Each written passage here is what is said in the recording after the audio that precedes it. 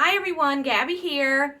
So today I'm going to be doing it. I'm going to be finally making that chicken cordon bleu quiche I've been wanting to make. So I just finished making, let me see if this is too hot.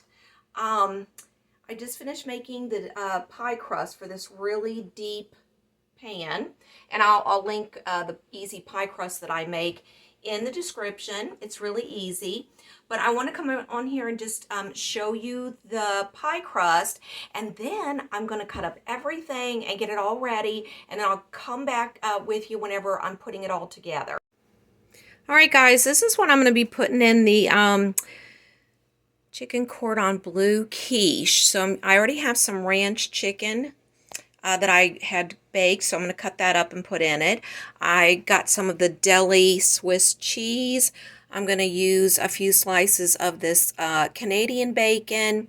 I know onion's not normally in chicken cordon bleu, but I love onions, so I'm going to put a little bit in. You don't have to add that if you don't want to.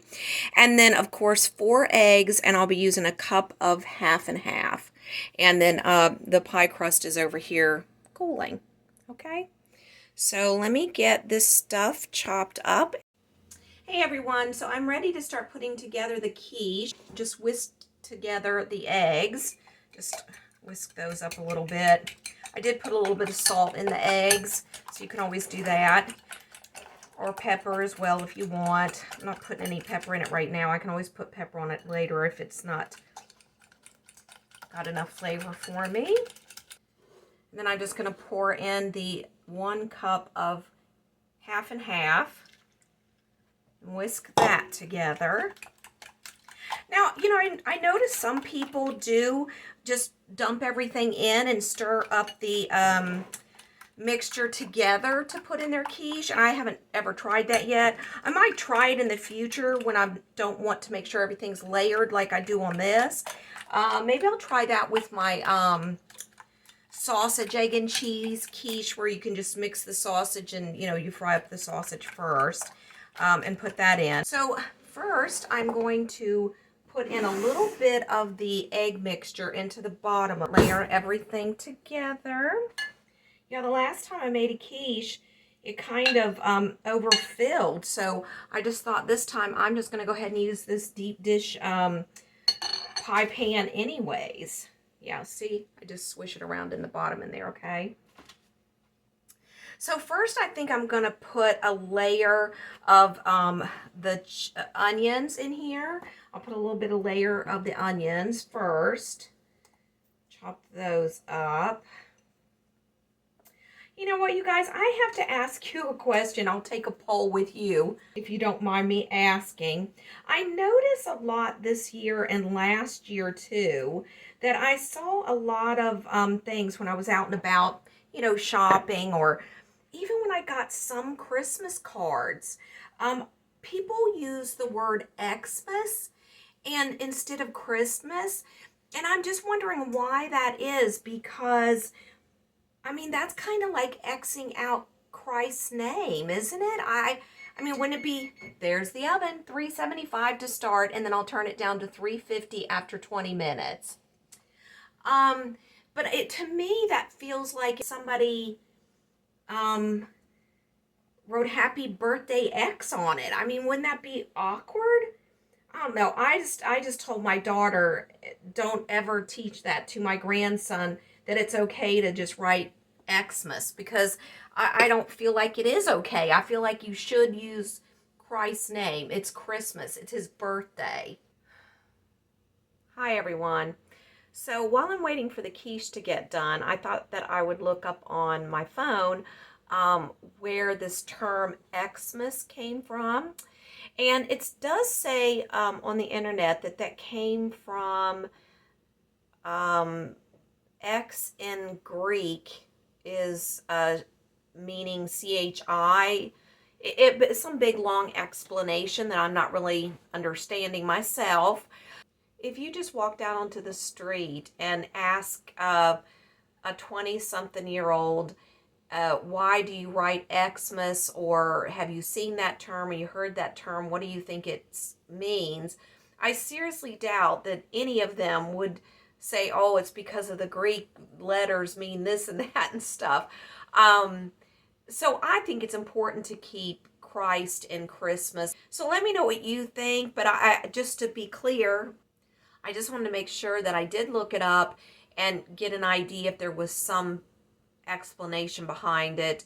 But I really don't think any of our kids today understand why they're Xing out Christ, other than that they think that it means that they don't want to see his name. So anyways, just leave me your thoughts. Let me know what you think. It's just, you know, always open to conversation. That's what helps us learn. So anyways, I'll be back in about 20 more minutes after the quiche is done. Okay. Okay, so I'm going to put a little bit of ham down in here. And yeah, I just decided to get this ham because Christian really likes it, and I thought, well, maybe he'll give it a go and try Grammy's quiche. And of course, I love the taste of the Swiss cheese. Do you guys? Just love that. I almost was half tempted to do a little bit of broccoli to put in this. Quiches are like my casserole. Since I really don't do well with all of that sort of cream of soups and things like that, this is kind of like my casserole. So we'll see if it comes out thick enough. I'll pour a little bit more of this down in here, and then I'll put another layer. Just kind of layering it up so you get the flavors and everything. I'll put a little bit more onion, because it looks like I did get a lot of onion in here.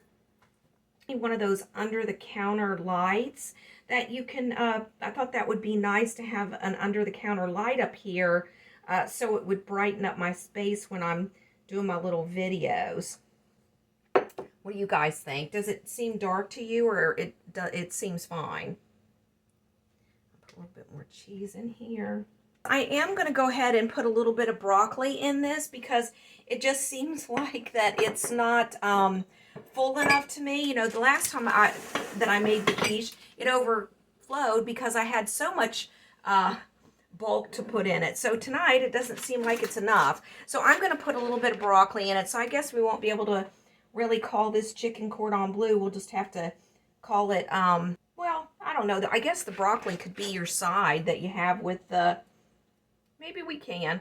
We'll just call that our side. How about that? Yeah, that's what we'll do. We'll just call this broccoli that we put in can be the side that goes with the chicken cordon bleu. I think that's a great idea. So let me finish putting the rest of this stuff in here. And we'll see how that turns out for us. We'll save a little bit of the ham to put on top. Yeah, that's looking a little bit fuller to me. Okay. Oh, it smells good. All right. Now, do you guys eat chicken cordon bleu, or do you like to make it? I mean, it's just really just chicken with your cheese and ham rolled up inside of it. I mean, I'm sure it's some European or French dish. But anyways, it's really good. I love it. All right, so yeah, that's looking much fuller. Okay, and this bakes up really nice. All right, guys, I mixed up a little bit more milk and one more egg to put in with it. But, you know, if you try this recipe, you probably know what size your pan is and how much you can fit into it. So for a regular sized, you know, quiche pan, it would probably be just fine. I think you'd be just fine with what we originally started with. It's just that this pan is so deep. And like I said last time, I put so much, I think the last one we did was the one with squash in it. And because I had so much squash, that's why it overflowed. So anyways, and then of course, we have to put our little bit of tin foil along the edges so the edges of our crust don't burn. I just do it across, like, that. I don't try to go around the circle. I just find that I end up breaking my crust and stuff when I try to do that, so I do it across like that. All right.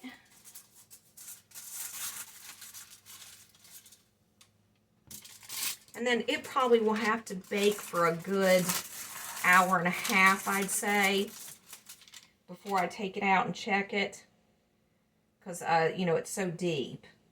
So anyways, this is what it's looking like down in there. Okay, guys, I'm going to put this in the oven, and I'll be back in about an hour and a half.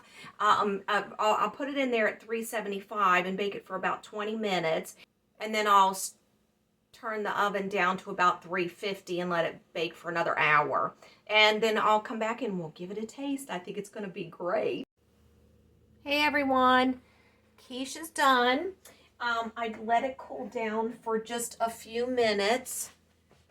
That's what it's looking like. I cut a little sliver here in the corner so I could get it out. But yeah, that looks really good. I'm excited to try this, and I'm so hungry. What are you guys doing for Thanksgiving? Are you having everyone over to your house? Are you cooking? Are you going somewhere? I usually just go over to my daughter's because she has the bigger place, and her husband invites some of his family. So we just all go there, and everybody brings something. Like I said, of course, I'll be bringing the deviled eggs. So maybe I'll bring you along with me while I'm making those on Wednesday, because I'll make quite a few, and we can just chit chat. All right, let's try this quiche.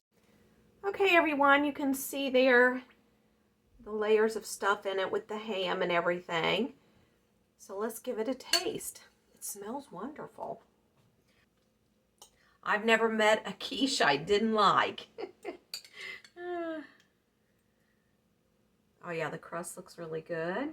It's very hot. Can you guys see the steam coming off that?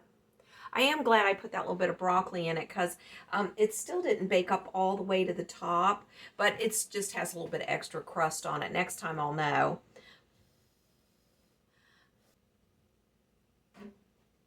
Oh my goodness, you guys. I can't even tell you how delicious this is. Wow. I sure hope you get to try this one, because this is really good. I mean, who would have thought, you know, putting the chicken and everything into the quiche would be so good? That's wonderful. So I am so looking forward to this, because I'll have this to eat all week until Thanksgiving gets here. And then I'll have a few leftovers from that we'll get creative and make some things. So I'm going to go have my quiche. Thank you so much for coming back and watching my videos. I really, really appreciate it. You know, this whole numbers board back here has just gotten so complicated, because, you know, now I'm putting down that we have 958 subscribers, because we haven't dropped below that in a while. I was so excited to be doing that every day and just keeping track of it, but then suddenly, you know, I'll be at you know, like 964, and then it'll drop back down, and then it'll go back up, and then it drops down again. So I really never know what number to put on my board, because YouTube is just so confusing right now. And I know that there are a lot of new people that have come on YouTube right now. So, you know, everybody just has to share. I mean, Vlogmas, I think is what they call it, where people make a video every single day. That should be pretty interesting. And I'll try to do that as well. I'll try to put up some little video every day. I don't know if it'll always be about cooking. Maybe I'll do my little thrift haul that I've been wanting to do. Maybe I'll do some of my gadgets that I have, and things like that, something a little bit different.